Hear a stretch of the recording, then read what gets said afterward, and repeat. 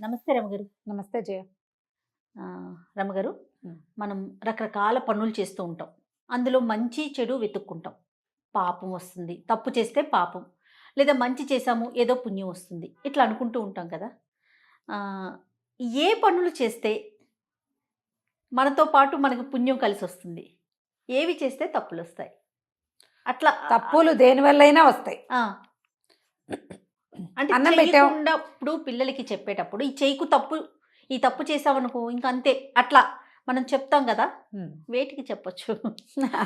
బోల్డన్ని. ఆ! ఎవరికైనా అన్నం పెట్టి, అన్నం తింటుంటే మధ్యలో లేపేయటం పాపం. నువ్వు అన్నం పెట్టిన పుణ్యం పోతుంది, ఈళ్ళు మధ్యలో లేపేసిన పాపం వస్తుంది. ఆ!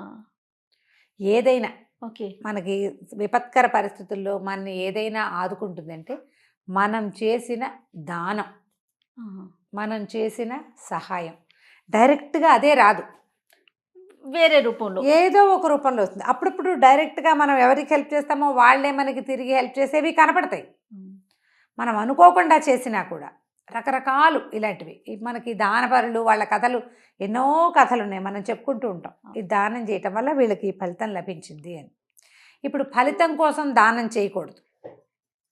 నువ్వు దానం చేయాలి, ఇతరులకు సహాయం చేయాలి, ఆ విధితో చెయ్యి. నీకు సహాయం అవసరమైనప్పుడు అది లభిస్తుంది ఆటోమేటిక్గా.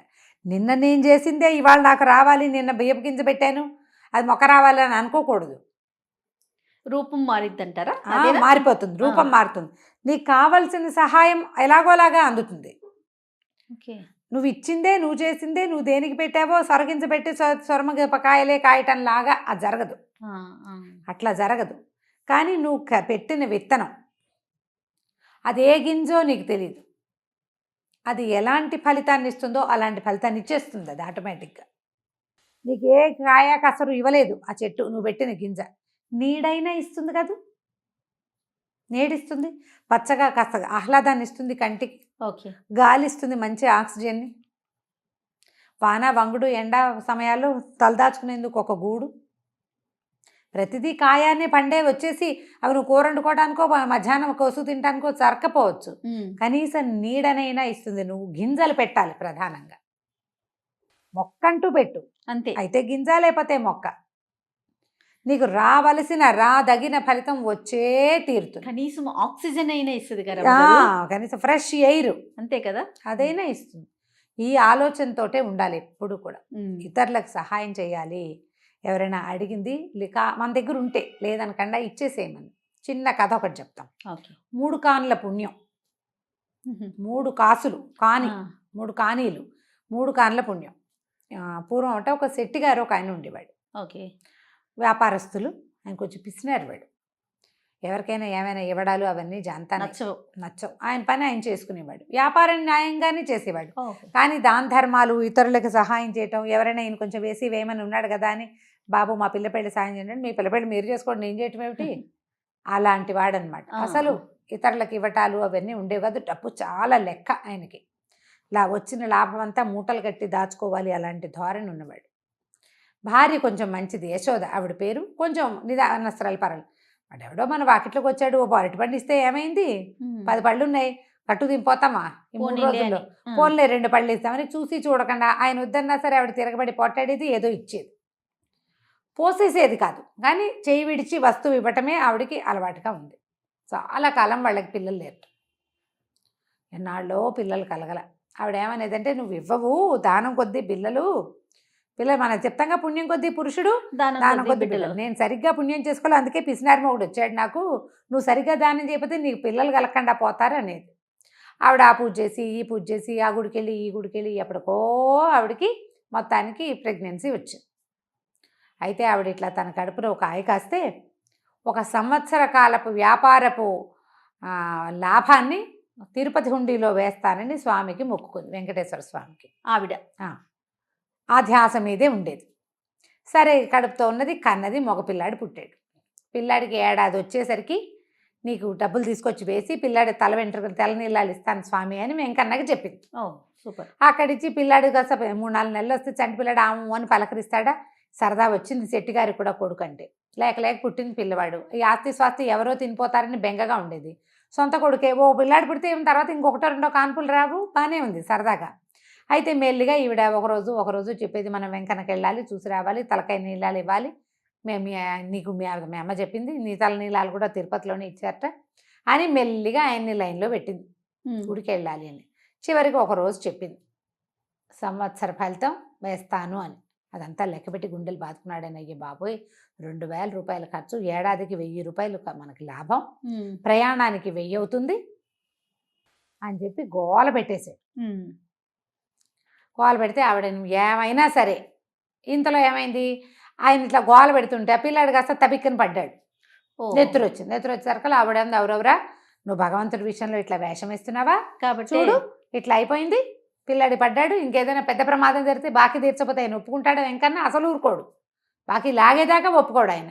నువ్వు అక్కడ బాకీ ఇవ్వకపోతే పిల్లాడికి ఏదైనా జబ్బు చేసి వీడు అనారోగ్యానికి అయిపోతుంది, మొక్కుబడిగానే ఉండిపోయి ఖర్చు అయిపోతుంది అని అరిచర్చి కేకలేసి పోటాడింది. ఈ లోపల ఆయన మేనత్త మొగుడు వచ్చారు. వాళ్ళు అన్నారు, అయ్యో అట్లా చేయకూడదురా నాయన, మీ అమ్మ ఇట్లాగే ఏదో ఇదే కొట్టి మీ తమ్ముడు పోయాడు అప్పుడు అనేసరికి భయం పట్టుకుంది. కేకలే కలిగిన పిల్లాడు, వాడేమో మంచి జనముద్దైన పిల్లాడు. సరే ఒప్పుకున్నాడు లబలబలాడుతుంది. సరే మరి ఆ రోజుల్లో ఏమిటి ప్రయాణం అనేసరికల్లా వారం 10 రోజులు పడుతుందా, పిండి వంటలు అన్నీ చేసుకున్నారు, చెక్కలు చేగోడీలు ప్రయాణంలో తినడానికి, లడ్లు గిడ్లు అన్నీ చేసుకున్నారు. మరి వీళ్ళతో పాటు ఒక 10 రోజుల పాటు ప్రయాణం, బండి వాళ్ళు ఉంటారు కదా, అన్నీ చేసుకున్నారు. సరే ఆ పూట ఏదో కొంచెం అన్న సమారాధన చేస్తానంటే వచ్చాక చేద్దు కానీ ఇప్పుడు ఏం పెట్టద్దన్నాడు. సరే అన్ని సామాన్లు సర్దుకున్నారు, పక్క వాళ్ళకి వెనక వాళ్ళకి అందరికీ చెప్పింది వెళ్ళొస్తామని. వీళ్ళు బయటకు వస్తుంటే ఒక సాధువు ఒక ఆయన వీళ్ళ వాకిలి గుమ్మంలో కూర్చున్నాడు. ఏదైనా దానం చేయనైనా ప్రయాణం చేస్తున్నావు అనేసరికి ఈయన ఏమన్నాడు, ఈ దానం గుళ్ళో వేయడానికి తీసుకెళ్తున్నాను నాయన, 2000 రూపాయలు ఏమన్నా తక్కువ అనుకుంటున్నావా, అతేరి ఇప్పుడు నేనేం దానాలు గినాలు చేయను, అసలే ప్రయాణంలో ఉన్నాను అనేసరికి, నిన్ను కాపాడుతుందిరా నాయన నువ్వు చేసే దానం అన్నాడు. ఏమిటి నీకు చేసేది కాని పుణ్యం కాపాడుతుందా, నన్ను కాపాడేది అదేనా, నా దగ్గర డబ్బులు కాపాడవా, నేను వెళ్తున్న దేవుడు కాపాడ్డా, పోపో మెట వేదాంతం చెప్తావు అని కసురుకున్నాడు. లోపల నుంచి సంచులు అన్నీ పట్టించుకుని పిల్లాన్ని సంకనేసుకుని వస్తుంది. యశోద గారు ఏం చేసింది, సంచిలోంచి ఆవిడ చేతి సంచులోంచి 2 లడ్డూలు తీసి ఆ సాధువు చేతిలో పెట్టి 3 కాన్లు ఆయన చేతిలో పెట్టి,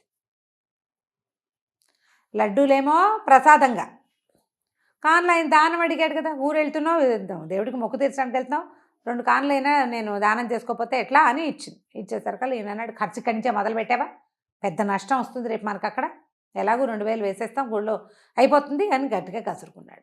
ఆవిడంది, ఈ 3 కాన్లతోటి దిగిపడిపోయామా మనం, పద అన్సేపు ఇట్లా అంటామని మొగుడిని కసిరేసింది. ఆ సాధువు దండం పెట్టాడు, లడ్డు ముక్క తుంచి నొట్ట వేసుకున్నాడు. వీళ్ళు బండి ఎక్కారు, చక్కగా సజావుగా ప్రయాణమైంది. 4 రోజులు 5 రోజుల తర్వాత తిరుమల చేరాక అసలు ఆ కొండ మీదకి వెళ్తుంటే ఆ గోవిందనామస్మరణలకు వాటికి ఆవిడకి ఒళ్ళు తెలియలే, ఈ గోవిందనామమే కదా ఇట్లా తల్లిని చేసింది రండి అని చాలా సంతోషంగా ఉంది. అక్కడి నుంచి డబ్బులు 3000 రూపాయలు పుచ్చుకొని బయలుదేరారు. ఓ 1000 దేవుడికి వేయటానికి, మిగిలినవి ఖర్చులు. సరే మొక్కుకున్న ప్రకారం వెయ్యాలి కదా, ఆయన ఏం చేశాడు, ఏదో యథాలాపంగా ఏమే ఈ 1000 దేవుడికి వేయటానికి, ఈ 1000 నీ దగ్గర ఉంచు, నా 1000 నేను వేస్తాను అన్నాడు. 2000 వెయ్యాలి వీళ్ళు, ఒక 1000 2 ఏళ్ళు అయింది కదా, మొక్కుకుని 2 సంవత్సరాలు కదా, ఆ 1000 ఒక సంవత్సరం ఒక 1000, 2వ సంవత్సరం ఒక 1000, నువ్వు 1000 నేను 1000 వేస్తాను అన్నాడు. కానీ 2000 ఆవిడ చేతికి ఇచ్చాడు, తన 1000 తన దగ్గర ఉంది. ఆవిడ ఈ భక్తి పారవశంలో గోవిందా గోవిందా గోవిందా అంటూ ఈ పిల్లాడితో గుండు కట్టించింది, అవన్నీ చేసి తన దగ్గర ఉన్న 2000 ఎత్తి హుండీలో వేసేసింది. ఈయనేం చెప్పాడు, నువ్వు 1000 నేను 1000 వేస్తా అన్నాడుగా, ఈయన 1000 వేసేసాడు. అయిపోయింది. ప్రయాణంలో పెద్దగా ఖర్చు కాల వాళ్ళకి, ఎందుకంటే తిండి సంబారాలన్నీ తెచ్చుకున్నారు వచ్చేటప్పుడు కదా, వెళ్ళేటప్పటికి అన్నీ కావాల్సిందే. ఆ బండి వాడిని అక్కడ దిగడిపోయాడు, కొత్త బండి తీసుకోవాలి. అక్కడి నుంచి ఏం చేస్తారు తెలిసి చూసుకున్నారు, మొత్తం చూసుకునేసరికి డబ్బులు లేవు. ఏవో తెచ్చుకున్నవి 2-3 తినుబండారాలు, పిల్లాడు తల్లిపాలు తాగుతాడు కాబట్టి పిల్లాడు లబో దిబో. అక్కడికి కొంతమందిని అడిగాడు, అయ్యా పొరపాటున పడిపోయినాయండి, ఒక 1000 రూపాయలు అందులోంచి తీసి మాకు ఇస్తారా అని. హుండీలో వేసింది ఏం, నువ్వు పిల్లాడిని వేసినా పిల్లాడిని కూడా ఇవ్వమన్నారు. ఎట్లా ఇస్తారు, దేవాలయ హుండీలో పడింది తీసుకోవచ్చునా. లబలబలాడిపోయాడు, ఏం చెయ్యాలో తెలియదు, రూపాయి లేదు, ఎట్లా వస్తారు అక్కడి నుంచి. కనపడ్డ వాళ్ళందరినీ బాబు పొరపాటున డబ్బులు వేసేసాము, మాకు దగ్గర డబ్బులు లేవు అని కొంతమందిని అడిగి ఏవో బళ్ళు కట్టించుకుని ఎవరో బళ్ళ వాళ్ళు వెళ్తుంటే మొగుడు బళ్ళ ముసూరు మియాల్లాగా ఎట్లా కొట్లా సంచులు మోసుకుంటూ ఆ వెళ్ళే బళ్ళు ఎక్కి ఇంకో బండి దిగి ఎక్కడో ఉచిత భోజనం ఉంటే అక్కడ తిని చచ్చి చెడి 6-7 రోజులకి ఇంటికి చేరారు, రూపాయి లేకుండా. మిగిలినవి లడ్డూలు ఏవో ఉన్నవే 1-2 మధ్యలో నోట్లో వేసుకున్నారు, అంతకంటే ఏం లేవు. బాటసారులాగా ప్రయాణం చేసుకుంటూ వచ్చేసరికల్లా వాకిట్లోనే ఆ సాధువు కనపడ్డాడు. వాళ్ళ వాకిట్లోనే ఈయనకి చూస్తే ఒళ్ళు మండిపోయింది. వెళ్ళేటప్పుడు నీ దిక్కుమాల శకునం వల్లే మేము తగలబడ్డాము, చేతిలో రూపాయలు లేకుండా ఏదో ఒరిగిపోతుంది అన్నావు, నీకు దానం చేస్తే మాకు ఒరిగింది ఏమీ లేదు, చేతిలో రూపాయి లేక చచ్చి చెడి వచ్చాం అంటే సాధువు నవ్వుతున్నాడు. అదే కదా నువ్వు కోరుకున్నావు, నీకు ఇస్తే నేను అక్కడికి ఎట్లా అన్నావు అన్నాడు. నవ్వుతూ లేచి వెళ్ళిపోయేసరికి చుట్టుపక్కల వాళ్ళంతా ఏమమ్మా వచ్చారా ఏమిటి, మొహాలు అట్ట పీక్కుపోయినాయి, బండి లేదా, బండి లేకుండా ఎట్టా వచ్చావు ఏమిటి, దర్శనం బాగా అయిందా అని అందరు ఊళ్ళల్లో ఏముంది అందరూ చేరారు. చేరేసరికల్లా ఈయన ధుమధుమలాడుతూ ఏముంది శకునం దిక్కుమాల శకునం వెళ్ళేటప్పుడు ఎదురయ్యాడు, వచ్చేసరికల్లా పీడాకారం మా వాకిట్లోనే తయారైందంటే వాళ్ళందరూ నీకేమైనా పిచ్చకిందా, ఆయన ఉన్నాడు కాబట్టి ఇవాళ నువ్వు బతుకున్నావు, లేకపోతే చచ్చేపోయేవాడివిరా నాయన, నువ్వు ఊరెళ్ళిన 3 రోజులకి మీ ఇంట్లో దొంగలు పడ్డారు, సాధువు నువ్వు వెళ్ళిన దగ్గర నుంచి మీ వాకిలి వదలని మీ అరుగు మీదే కూర్చున్నాడు, మీ ఆవిడిచ్చిన 3 కార్లతోటి 10 రోజులు తిన్నాడు ఆయన, కూర్చుని దొంగలను చూసుకుని ఆయన కేకలు పెట్టి చుట్టుపక్కల వాళ్ళని మెచ్చేసి వీళ్ళకి పట్టించాడు రక్షక భట్లకి. వాళ్ళు పట్టుకున్న తర్వాత కూడా నువ్వు వచ్చేదాకా నీ వాకిలికి కాపలా కాశాడు, మీ ఆవిడిచ్చిన 3 కానీల పుణ్యం అది నిన్ను ఇక్కడ కాపాడింది, అక్కడ డబ్బుల పైన వెంకన్నకేసావు, అక్కడ నీది దొంగతనం కాదు జరిగింది, అవును భగవంతుడిని చేరిన డబ్బు. ఆవిడకి ఏం డౌట్ వచ్చింది యశోదకి, నువ్వు దొంగలెక్కేసావు, ఏడాదికి 1000 కాదేమో ఇంకా ఎక్కువే అయ్యి ఉంటుంది, అందుకే లాగేసుకున్నాడు వెంకన్న డబ్బులు. జాగ్రత్తగా వేశాడు, ఇప్పుడు ఇంత లాభం అని చెప్పాడు భార్యకి, జాగ్రత్తగా ప్లాన్ చేసుకుని చెప్పుంటావు అంటుంది. అక్కడ గనక ఇక్కడ గనక దొంగలు కనుక పడి ఉంటే ఏమయ్యేది, వీళ్ళు ఇల్లు వాకిలి మొత్తానికి పోయేది, అంతా అయిపోయేది, ఆ రోడ్డు మీద పోయినట్టు కాకుండా ఇక్కడది కూడా పోయేది. నువ్వు 3 కానీలు దానం చేయటం వల్ల ఇవాళ ఇది బతుకుంది, ఈ ఆస్తి స్వాస్తి అంతా ఇల్లు వాకిలి. దొంగలు పడి దోచేస్తే ఏం మిగులుస్తారు, వస్తువులు కూడా పట్టుపోతారు కదా దొంగ. అవును, దాంతో లపలపలాడిపోయాడు, బుద్ధి తెచ్చుకున్నాడు. ఎక్కడున్నాడు ఆ సాధువు, ఊరంతా తిరిగి వెళ్ళి ఆయన ఇంటికి తెచ్చుకున్నాడు.